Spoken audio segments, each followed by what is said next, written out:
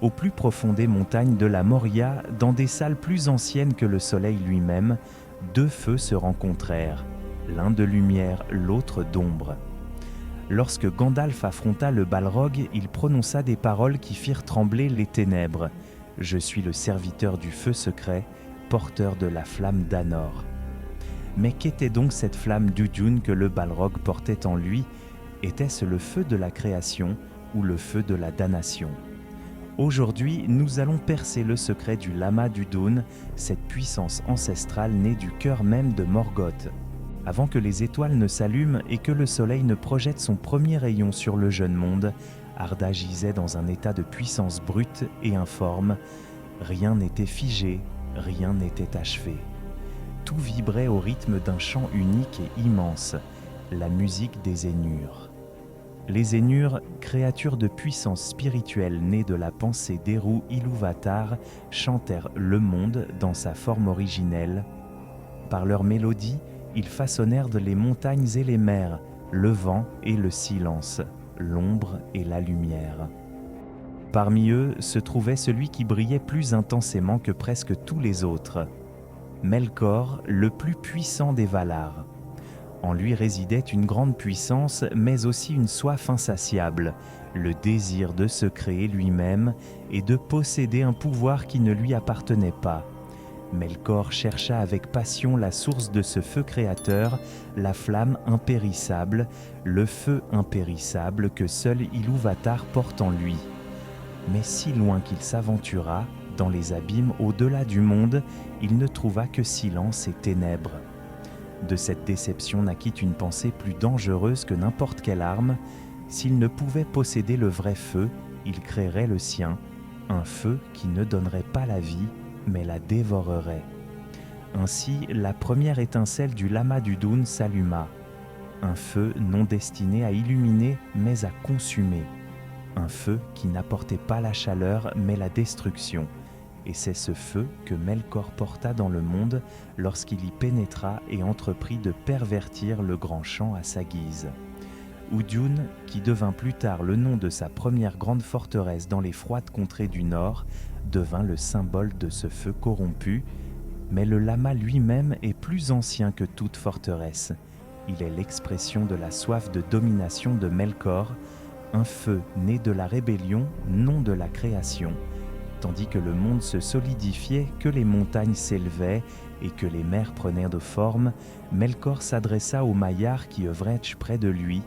Certains reconnurent en lui une puissance qu'ils admiraient. D'autres succombèrent à sa conviction, à son orgueil, à sa volonté ardente. Et c'est ainsi que beaucoup d'entre eux périrent. Melkor les remodela, non par des chaînes, mais par sa volonté. De leur lumière jadis pure, il façonna des ombres.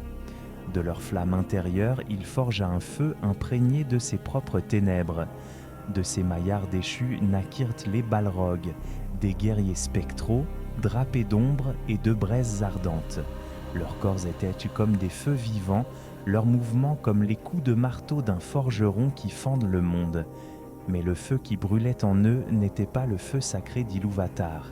C'était le lama de Udun qui palpitait en eux comme un cœur de flamme, un cœur qui ne bat pas pour vivre, mais pour détruire. Durant les guerres du Premier Âge, les Balrogs furent les plus terribles alliés de Melkor. Ils anéantirent des armées, réduisirent des villes en ruines et semèrent la terreur partout où ils apparaissaient. Pourtant, même eux n'étaient que des fragments d'un principe bien plus vaste, la perversion du feu du Créateur en un instrument de corruption. Et une autre chose devint claire durant cette période, de même que la flamme d'Ilúvatar crée, le lama d'Udun consume. De même que le vrai feu confère la force, le feu obscure la vole, l'une vit, l'autre tue. Lorsque Melkor fut finalement vaincu et banni du monde, la plupart des Balrogs s'enfuirent dans les profondeurs de la terre. Certains furent tués, d'autres dispersés dans les ombres oubliées. Mais un survécut, plus puissant et plus ancien que tous les autres. Il s'enfonça dans les profondeurs des monts brumeux, là où aucune lumière ne pouvait pénétrer. Là, il dormait, telle une étincelle engloutie d'un âge révolu. Des millénaires plus tard, les nains l'appelleraient le fléau de Durin, mais son véritable nom était celui d'une puissance plus ancienne encore que les montagnes où il reposait. Il était le dernier grand porteur du lama d'Udun, et avec lui dormait un secret oublié du monde. Le lama d'Udun n'est pas un simple feu, il est la volonté brisée d'un dieu, prisonnière du cœur d'un démon, un feu qui attend le jour où il sera de nouveau libéré. Aux origines de la Terre du Milieu, alors que Melkor errait encore librement à travers Arda, nombre de Mayas recherchèrent son ombre. Certains par peur, d'autres par curiosité, mais certains furent séduits par le faux attrait de son pouvoir. De ces esprits déchus, Melkor forgea son arme la plus terrible, les Balrogs. Ils étaient de plus que de simples démons ailés de feu et de ténèbres. Ils étaient les réceptacles vivants d'un feu qui n'éclairait pas, mais consumait. Le lama de Udun, la flamme obscure qui brûlait dans leur cœur, n'était pas un don du Créateur. C'était la tentative de Melkor de s'emparer de ce qui lui avait toujours été refusé, le véritable feu de la vie. Mais ce qu'il créa n'était qu'une imitation déformée, un feu qui brûlait pour dévorer, non pour créer. Cette flamme était l'incarnation de sa trahison et de son désespoir. Lorsque les Balrogs se déchaînèrent sous la bannière de Melkor, le monde trembla. Ils déferlèrent sur les montagnes, embrasant les cités et mettant à genoux même les plus puissantes armées elfiques. Leurs fouets, forgés de feu vivant, fendèrent la lumière comme des couteaux dans la brume, et lorsqu'ils se déplaçaient, l'air s'obscurcissait, non pas parce que la lumière avait disparu, mais parce qu'elle se retirait devant eux, car aucune lumière ne pouvait subsister face à la corruption du lama d'Udun. Pourtant, même ces créatures de destruction furent traquées et dispersées après la chute de Melkor. Nombre d'entre elles furent tuées, d'autres s'enfuirent dans les crevasses les plus profondes de la terre. Et l'une d'elles, la plus grande d'entre elles, sombra dans l'oubli, au plus profond des montagnes, dans les ténèbres silencieuses du monde. Là, il dormait comme une étincelle incandescente sous la pierre, relique d'un âge de terreur. Les nains l'appelèrent plus tard le fléau de Durin, mais il était bien plus que cela. Il était le dernier grand porteur du lama d'Udun. Tandis que les Khazad creusaient toujours plus profondément dans le Mithril, ils réveillèrent involontairement ce cauchemar ancestral de son sommeil de pierre. Les salles de la Moria tremblèrent, des flammes jaillirent, des fissures et des ombres s'étendirent comme un froid vivant. Il ne restait plus rien dans ce monde de la splendeur silencieuse du royaume nain, seulement de la fumée, des ténèbres et l'écho de pas qui n'appartenaient pas aux mortels. Lorsque Gandalf se retrouva enfin face aux Balrogs dans ces salles obscures, il ne s'agissait pas simplement d'un duel entre deux êtres puissants, c'était la répétition d'un conflit plus ancien que le soleil et la lune, la rencontre de deux feux. D'un côté brûlait le lama de Udun, la flamme de la destruction, née de la rébellion de Melkor. De l'autre, Gandalf portait la lumière d'Anor, l'étincelle du feu sacré d'Ilúvatar, une lumière qui crée, fortifie et protège. Lorsque Gandalf prononce les mots « Je suis un serviteur du feu secret », il ne se contente pas de réciter une formule dans les ténèbres. Il invoque le droit le plus ancien de son espèce. Il se présente comme le gardien du seul feu que Melkor n'a jamais pu posséder, la flamme de vie elle-même. Le Balrog, quant à lui, est l'écho d'une volonté perdue depuis longtemps, un vestige de rébellion contre la création. Leur rencontre n'est pas un combat de force brute ou de magie, mais un affrontement de deux principes.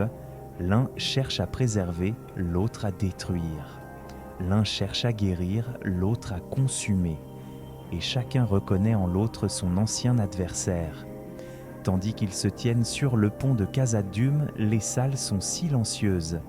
Seul le souffle du démon, la lueur de son corps et le doux crépitement du bâton de Gandalf se font entendre. Le monde semble suspendu, comme si Arda elle-même attendait de voir quel feu survivra. Lorsque Gandalf et le Balrog se firent face sur l'étroit pont de Khazad-dûm, ce ne furent pas deux guerriers qui se rencontrèrent, mais deux feux en conflit depuis la nuit des temps, Le Balrog, ombre ténébreuse de flammes et de force primordiale, se mouvait sous le poids d'innombrables âges. Son corps était parcouru de feu, mais ce feu n'offrait aucune chaleur. C'était le lama de Udun, l'héritage corrompu de Melkor, qui le nourrissait. Chacun de ses mouvements projetait des étincelles dans l'abîme comme des étoiles mourantes. Gandalf, en comparaison, paraissait petit, presque fragile. Un vieil homme en manteau gris, son bâton une pâle lueur dans les ténèbres déchaînées, mais cette lumière était plus qu'il n'y paraissait. C'était l'étincelle du feu secret, allumé par Ilúvatar lui-même. Une étincelle qui brûlait non pour détruire, mais pour créer la vie et préserver l'espoir. Le Balrog était une relique d'une époque révolue où la puissance était reine.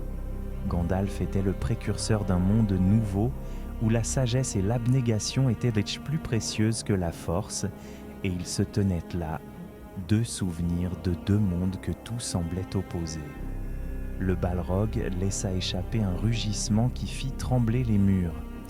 Son fouet de flammes vives fendit l'air, traçant des sillons incandescents dans la pierre et brisant un pilier comme une branche sèche. Mais Gandalf lui fit face, calme, imperturbable, presque silencieux. Son bâton brillait comme une étoile dans les ténèbres, et lorsqu'il le leva, même l'ombre du Balrog sembla s'estomper. D'une voix ferme, il prononça des mots plus anciens que les salles de la Moria.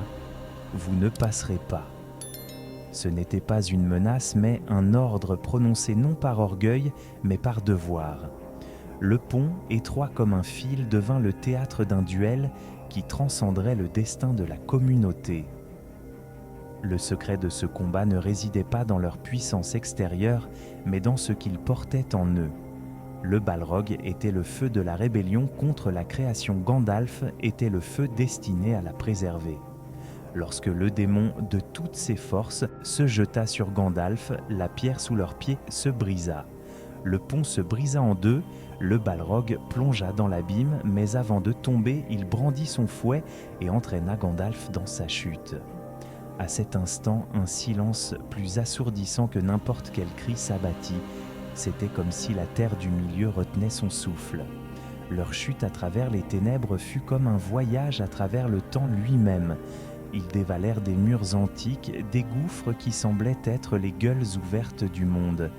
Des étincelles et des ombres tourbillonnaient autour d'eux comme une tempête, et des flammes, Gandalf s'accrocha au démon, non par haine, mais par détermination. Il savait que cette créature, aussi vieille que les montagnes, ne pouvait rester dans le monde. Leur combat les mena dans les profondeurs de la terre, là où coulaient le feu et le magma.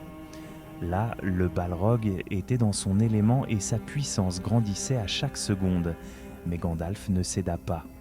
Le combat n'était plus seulement entre la lumière et l'ombre, mais entre deux volontés, la volonté de détruire et la volonté de préserver. Lorsqu'ils atteignirent enfin les sommets de Zirak-Zigil, Gandalf n'était plus que l'ombre de lui-même, mais le Balrog, lui aussi, était épuisé. Ses flammes vacillaient faiblement, ses mouvements ralentissaient. Dans un ultime coup désespéré, Gandalf domina le démon et brisa sa forme comme du verre dans la tempête. Le lama de Udun s'éteignit, non par la force, mais par la lumière inébranlable du feu secret, mais Gandalf tomba lui aussi. Son corps, épuisé et brisé, s'enfonça dans le froid de la montagne. Et là, dans ce silence, sa vie terrestre s'éteignit, mais il n'était pas perdu. Car un feu qui n'est pas de ce monde peut continuer de brûler au-delà de la mort. Tandis que Gandalf gisait immobile sur Zirak-Zigil, le monde sembla un instant orphelin de son gardien. Le vent et la neige fouettèrent au son corps, et même le ciel parut vide, comme en deuil de celui qui avait combattu un feu ancestral. Pourtant, Gandalf ne fut pas vaincu. Dans le silence entre la vie et l'oubli, une lumière chaude et puissante apparut, un appel des Valar, non pas un mot, mais une signification. Ils lui rappelèrent sa mission et il fut renvoyé. Non plus Gandalf le gris, mais Gandalf le blanc, purifié et fortifié par le feu sacré que Melkor n'avait jamais touché. À son réveil, le monde était plus lumineux, sa puissance plus profonde et plus sereine. En lui brûlait un feu porteur de commencement, non de fin. Le Lamadoun, l'étincelle obscure du Balrog, s'était éteinte. Avec elle, l'écho de la première trahison de Melkor. Les ténèbres subsistaient, mais plus faibles qu'auparavant. En Gandalf résidait désormais le contraste de deux flammes, l'une qui préserve, l'autre qui détruit. C'est pourquoi il ne parla jamais avec orgueil de sa victoire. Il savait que le véritable pouvoir ne résidait pas dans la destruction, mais dans la fidélité à la lumière. À son retour auprès des hommes du Rohan, ses robes blanches reflétaient la lumière du soleil. Beaucoup voyaient en lui un souverain, mais Gandalf se voyait comme un gardien et un serviteur de la lumière. Le lama du Dûn démontra finalement seulement que les feux créateurs et destructeurs peuvent brûler dans un même monde, mais jamais dans un même cœur. Le Balrog était l'héritage de Melkor, une flamme de défi. Gandalf, en revanche, était l'héritage d'Ilúvatar, un feu qui ne consume pas, mais guide. Et c'est là que réside la vérité de ce combat. Non pas que la lumière détruise les ténèbres, mais qu'elle perdure même lorsque l'ombre est ancienne, car la flamme noire n'était qu'un écho de la première rébellion, mais Gandalf était la réponse.